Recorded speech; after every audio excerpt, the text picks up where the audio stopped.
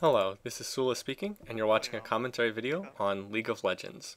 This is a game that I just played recently with Karthus, who's one of my favorite champions, and I'll talk a little bit more about him as we go along.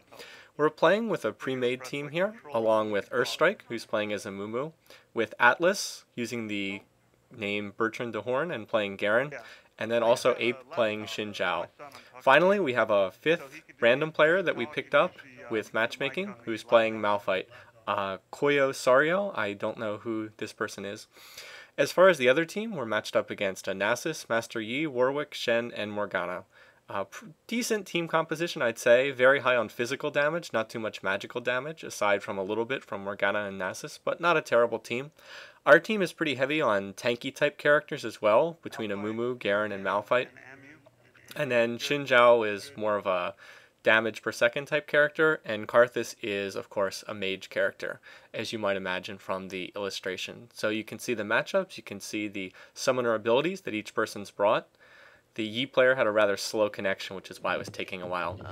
Now, this is the second video that I've done for League of Legends. I tried to focus on some of the basics, some of the basic game mechanics in the first video, but for this one, I'll try to talk a little bit more about some of the other things that are going on. Right at the start of the game, you get 475 gold to spend.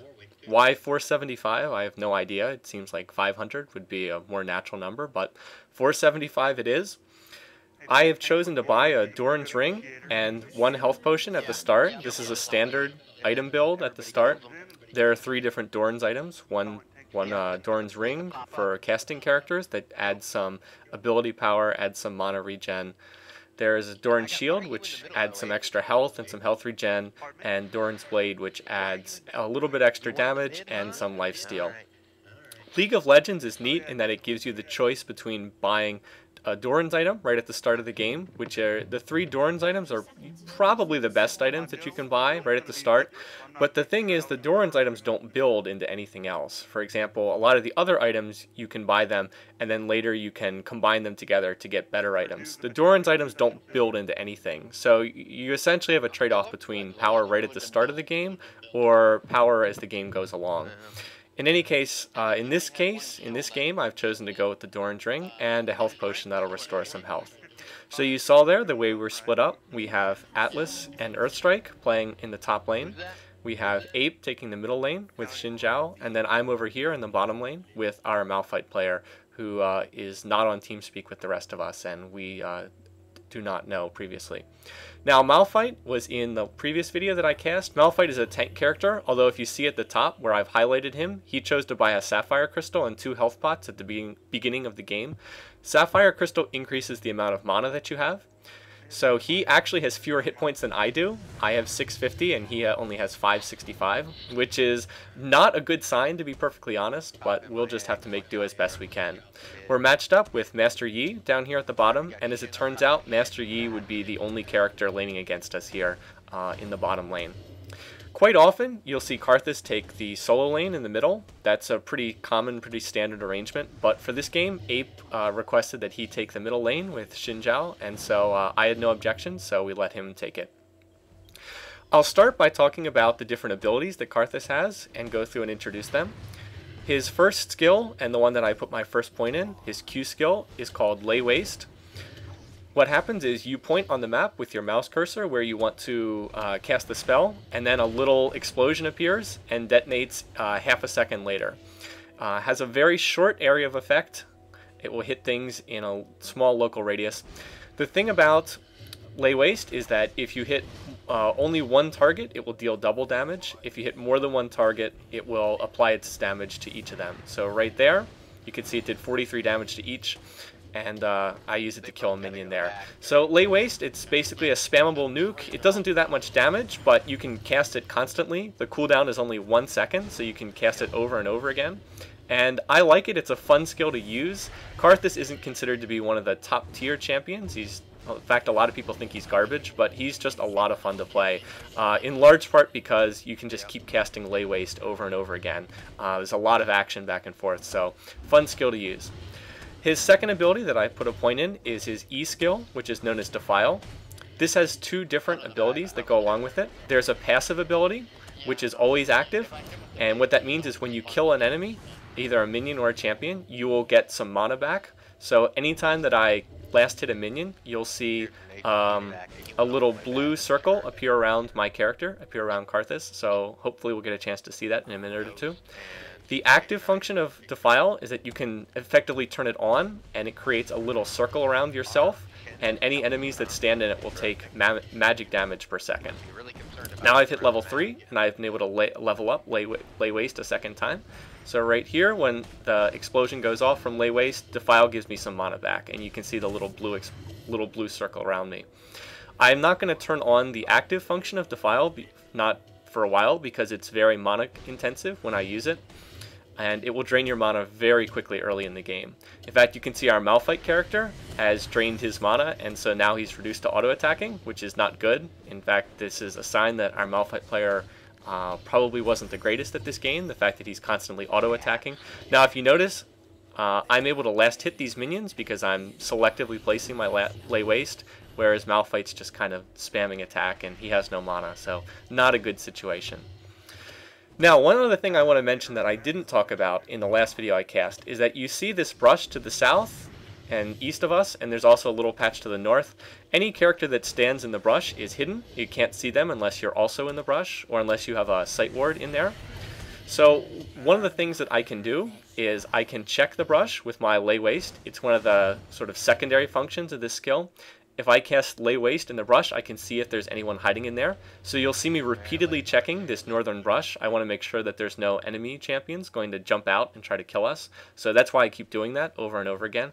I'll come back and get a sight ward for there later, but right now at the start of the game I don't have that. Okay, I reached level 4, and I meant to add a point in Karthus' third skill, his W skill, but unfortunately I accidentally added it in his E skill. I put a second point in Defile. I actually misclicked on the wrong little box at the bottom. I didn't mean to do that, but you'll see it soon enough. Karthus' third skill, his W skill, is called Wall of Pain. He lays down a little wall on the map, and any enemy champion that runs through it is slowed and has their magic resistance reduced. So it's quite useful in a lot of respects. If you can get the enemy champs to run through the wall, they'll be slowed quite a bit, and you will do more damage to them too with their magic resistance lowered. So here you can see us just farming up the minions. Now Karthus' last ability, his ultimate, which I won't have for a little bit, his ultimate is something called Requiem. Karthus has to stop and channel for a minute, which means that he can't move, and then he casts a spell that hits every enemy on the map, every enemy champion, and does pretty good damage to them. Not enormous, but pretty good damage. So the fact that you can hit any enemy anywhere on the map is obviously very powerful. It means that you can finish off champions that are running away and would otherwise escape. It means that it's one of the reasons why Karthus is widely hated in this game. He's seen as kind of a cheap character sometimes, but nothing's more fun than when the enemies are trying to run away and you pop off your ultimate and they die after they've gotten back to the safety of their own towers. A lot of fun to do. Alright, up here, Ape is called for an attack on Morgana. We're going to try to jump out and get her together. So what I probably should have done was jump out right there. Instead, I wait for a minute, wait for the creeps to go forward, but that was a mistake because now the enemy Morgana has moved backwards. Nevertheless, we still have a pretty good chance to get the kill here. We're going to wait for her to push forward. I'm, of course, hiding in the brushes just off screen. So I'm waiting. Ape gives me the okay, and then I come out and I fail on the wall. And Morgana, unfortunately, manages to get away. That was a failed kill attempt. That was completely my fault. Ape did what he was supposed to do. He got off his attack combo. What I should have done was pop my Ghost Summoner ability, the one that's on D down there. I could have ghosted out, ran out quickly, laid the wall down in the correct spot. Morgana would have been slowed, and it's unlikely she would have gotten away. So, mistake on my part. I shouldn't have done that. We should have been able to get the kill there instead of Morgana limping away with like 10% of her health left. But I'm still learning at this game. This was useful to me looking back at the replay to see what I did wrong, so I can try to correct that. But next time use Ghost, and next time don't fail on laying down the wall, and that would be the way to go there. When I went back to the base, I bought the initial boots. I can't actually recall what they're named. I think they're Boots of Speed, but the first level boots mean that I move a little bit faster around the map. Karthus is already a slow champion, so it's good for him to get boots, so he's a little bit less slow. There I managed to farm up 2 of the creeps. And I also bought a ruby crystal, which increases my health. I'm building towards first a Catalyst and then a Rod of Ages, which is a useful casting item. Now here, Malphite sticks around too long. As soon as Yi appeared, he should have backed off. Instead, he tries to get an extra couple hits in on the tower. And now Shen uses his ultimate, which allows him to travel to any friendly champion. And so fortunately, Malphite manages to escape, but it was close. I tell him nice. That was a mistake on Malphite's part. He shouldn't have stuck around. As soon as Yi appeared, he should have gotten out of there. You don't want to fight by the enemy tower. Now, I laid down a sight ward in the bushes over there, and looky what the sight ward is found. There's the enemy Warwick is over there. Warwick's been jungling, and I think I'll have time to talk a little bit more about what that is in the next video. But anyway, Warwick has appeared, and I know because of the ward that I don't want to jump in there. Right there, you also saw me using the Defile skill. That was what that little greenish red aura was, and anyone who stands in that, either enemy champion or enemy minions, will take damage. So that's what was going on there. But you'll also see it drains mana really quickly. Now here, I lay down the wall, just use my Wall of Pain for the second time, and Yi gets out of there, which is probably smart on my part, but if he had been paying a little bit more attention, he might have noticed that I'm almost out of mana. And Karthus, who has no mana, is almost helpless in this game. In fact, there's virtually nothing that Karthus can do when he's out of mana because he is a squishy mage.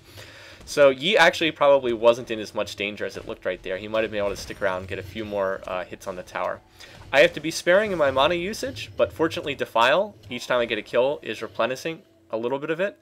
So if you are just last hitting, if you're using your last waste to lay waste to last hit, as you should be doing, then you can you can play the game without running out of mana. Anyway, we're going back and forth here with Yi, continuing to harass back and forth, but I've almost run up to the time limit of this video. So we're almost done the laning phase. Check back for the next video where things will get a little bit more interesting in part 2.